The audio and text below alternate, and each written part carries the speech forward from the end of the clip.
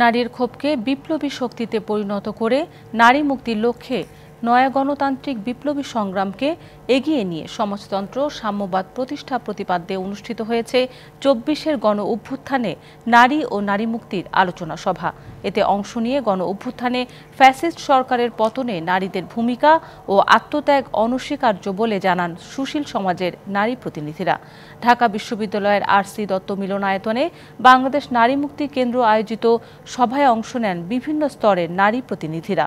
বলেন, গণ অভ্যুত্থানে নারীদের অংশগ্রহণ থাকলেও পট পরিবর্তনের পর রাজনৈতিক, অর্থনৈতিক বা নীতি নির্ধারণী থেকে তাদের বাইরে রাখা হয়েছে।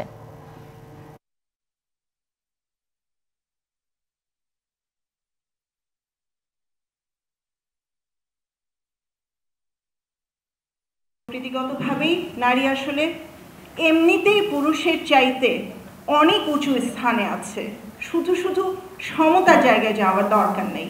তারা দুর্গার পূজা করতেছে, কালী পূজা করতেছে, কিন্তু নারীদেরকে তারা পিছিয়ে রাখছে। তারা দুর্গা দেবীকে প্রণাম করতেছে, কিন্তু নিজ নারীকে ঘরে বসিয়ে রাখছে। জন্মের পর পরিবারের বেড়ে ওঠা, স্কুলে, কলেজে, খেলার মাঠে সব জায়গা থেকে শুরু হয় এই চর্চা।